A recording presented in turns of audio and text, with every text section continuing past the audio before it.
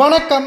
திமுகவின் எம்எல்ஏக்கள் அந்தர்பல்டி அதிர்ச்சியில் ஸ்டாலின். நண்பர்களே, இந்த வீடியோவிற்கு ஒரே ஒரு லைக் மற்றும் சப்ஸ்கிரைப் பண்ணிருங்க.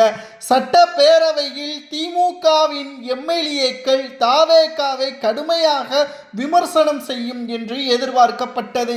ஏனென்றால் ஆளும் கட்சியாக இருப்பதை விட திமுக எதிர்க்கட்சியாக இருந்தால்தான் மக்களின் பாதுகாவலனாக பார்க்கப்படும். அது தமிழகம் முழுவதும் எதிர்க்கட்சி திமுக தான் என்பதை ஒவ்வொருவரும் பேசக்கூடிய வகையில் நாங்கள் சட்டசபையில் செய்வோம் என்பதை உதயநிதி அவர்களும் ஸ்டாலின் அவர்களும் பல மேடைகளில் பேசியிருப்பார்கள்.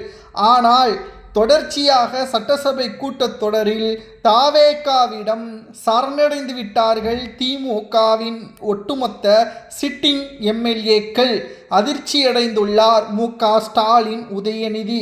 அதாவது அன்புமணி அவர்களது மனைவி மற்றும் பிரேமலதா விஜயகாந்த் இவர்களை விட திமுகவின் எம்எல்ஏக்கள் மிகவும் மோசமான ஒரு சட்டசபையில் பேசுவதும் தாவேகாவிற்கு ஒட்டுமொத்தமான ஆதரவுகளை மறைமுகமாக கொடுப்பதும், இவர்களை விட கேள்விகள் கேட்பது திமுக தான் இவர்களை விட அதிகமாக கேட்க வேண்டும்.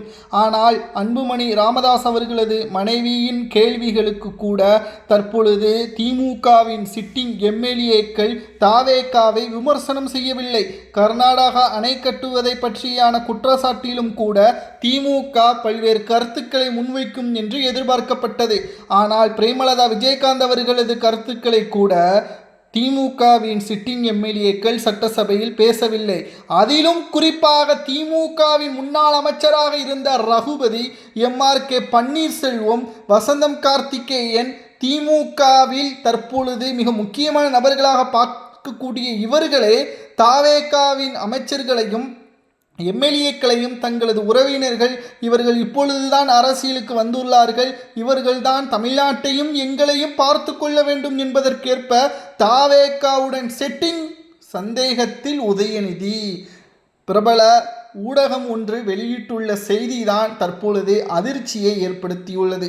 அதாவது ஆக்கப்பூர்வமான விமர்சனங்களை முன்வையுங்கள் என ஏற்கனவே திமுகவின் எம்எல்ஏக்களுக்கு உத்தரவுகளை பிறப்பித்திருந்தார் எதிர்க்கட்சி தலைவர் உதயநிதி. ஆனால் வசந்தம் கார்த்திகேயன், MRK பன்னீர்செல்வம், ரகுபதி உள்ளிட்டோர் அவையில் சிரிப்பலையில் ஆழ்த்தி ட்ரோல் மெட்டீரியலாகத்தான் தற்பொழுது பார்க்கிறார்கள் தமிழக மக்கள் இவர்களை, திமுகவின் எம்எல்ஏக்களை. ஆனால் புகழ்ந்து பேசுவது யாரை தெரியுமா? தாவேகா ஆளும் கட்சியாக இருந்தாலும் சட்டப்பேரவையில் ஹீரோ என்பது எதிர்க்கட்சியாகத்தான் இருக்க வேண்டும். அப்படிப்பட்ட ஹீரோக்களாக யார் இருக்கிறார் என்று பார்க்கும் பொழுது பாமக, தேமுதிக இவர்களது கேள்விதான் தற்பொழுது சட்டசபையில் சூடுபிடிக்கிறது. அதற்கான பதில்களையும் தாவேகாவின் அமைச்சர்கள் கொடுக்கிறார்கள். ஆனால் ஹீரோவாக இருக்கக்கூடிய திமுக அங்கு ஜோக்கராக மாறுகிறதா என்ற கேள்வியும், உதயநிதி அவர்களது பேச்சை கேட்காமல் தாவேகாவுடன் செட்டிங் ஆகிவிட்டார்களா, தங்களது பழைய வழக்குகளை தாவேகா தோண்டாமல் இருக்க வேண்டும் என்பதற்காகவும் தாவேகாவை சட்டப்பேரவையில் விமர்சனம் செய்யாமல் இருந்தால் 5 ஆண்டுகள் நம்மை பாதுகாத்து கொள்ளலாம், லஞ்ச ஒழிப்புத்துறை அதிகாரிகளிடமிருந்தும் அமலாக்கத்துறை அதிகாரிகளிடமிருந்தும் தம்மை பாதுகாத்து கொண்டு விடலாம் என்று MRK பன்னீர்செல்வம், ரகுபதி போன்ற முன்னாள் அமைச்சர்கள் பேசிக்கொண்டுள்ளார்களா என்ற சந்தேகமும் உதயநிதி அவர்களுக்கு வந்துவிட்டது. ஏனென்றால் சொந்த கட்சி எம்எல்ஏக்கள் தாவேகாவுடன் செட்டிங்கில் இருக்கின்றார்களோ என்ற உதயநிதி அவர்களுக்கு சந்தேகமே தற்பொழுது வந்துவிட்டது. ஏனென்றால் உதயநிதி அவர்கள் தற்பொழுது இளம் தலைமுறை அரசியல்வாதி. ஆனால் அங்கு ஏவா வேலு, சேகர் பாபு, KN நேரு போன்றவர்கள் மிக முக்கியமான திமுகவின் மூத்த நிர்வாகிகள். ஆனால் சட்டப்பேரவையில் உதயநிதி அவர்களது பேச்சைத்தான் சட்டப்பேரவையில் திமுகவின் எம்எல்ஏக்கள் கேட்க வேண்டும். இதற்கு முன்னால் சட்டப்பேரவைக்குள் நுழையும் போதே உதயநிதி அவர்கள் திமுகவின் எம்எல்ஏக்களிடம் ஆக்கப்பூர்வமான, அதாவது மக்கள் நம்மளை பாராட்டக்கூடிய கேள்விகளை மட்டும்தான் நீங்கள் கேட்க வேண்டும், தேவையில்லாமல் எதுவும் பேச வேண்டாம் என்று கூறினார் உதயநிதி அவர்கள்.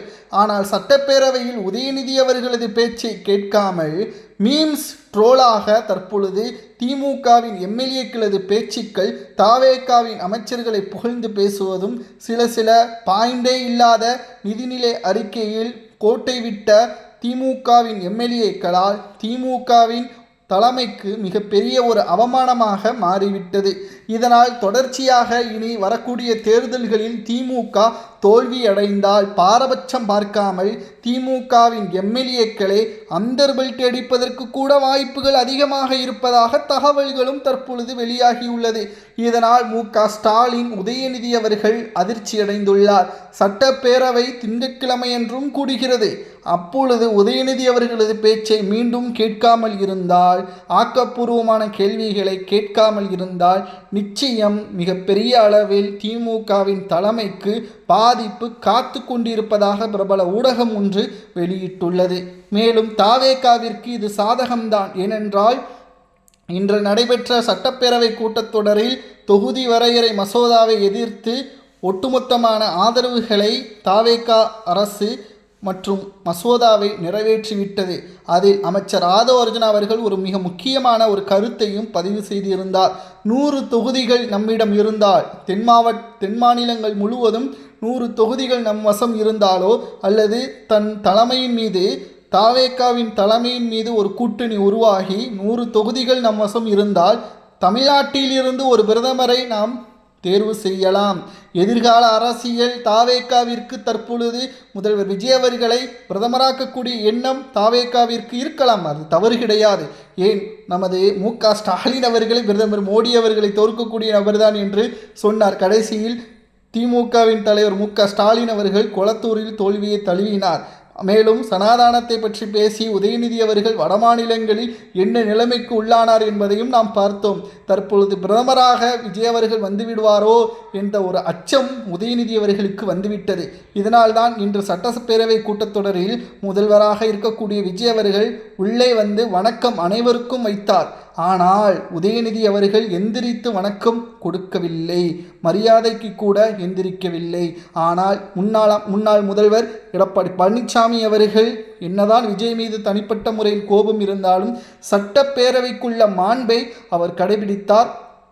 எடப்பாடி பழனிசாமி அவர்கள் எந்திரித்து முதல்வர் விஜய் அவர்களுக்கு மரியாதை வழங்கினார். ஆனால் உதயநிதி அவர்களோ தனது ஒட்டுமொத்தமான கோபத்தினால் தற்பொழுது எதிர்க்கட்சி தலைவராக இருப்பதற்கு கூட தகுதி இல்லாதது போல் சமூக ஊடகங்களில் உதயநிதி அவர்களை கடுமையாக விமர்சனம் செய்யக்கூடிய செய்திகளையும் நம்மால் பார்க்க முடிகிறது. பல பிரச்சனைகள் உதயநிதி அவர்களது கண்முன்னே வந்து கொண்டிருக்கிறது. அதில் ஒன்றுதான் தாவேகாவுடன் திமுகவின் எம்எல்ஏக்கள் செட்டிங் ஆகிவிட்டார்களோ, பேரம் போகிவிட்டார்களோ, அல்லது எதிர்காலத்தில் அந்தர்பெல்ட்டி அடித்து விடுவார்களோ என்ற அச்சம் திமுகவின் எதிர்க்கட்சி தலைவர் உதயநிதிக்கு வந்துள்ளது. இதை பற்றி உங்களது கருத்துக்களை மறக்காமல் கமெண்ட் வாயிலாக கூறுங்கள். நன்றி, வணக்கம்.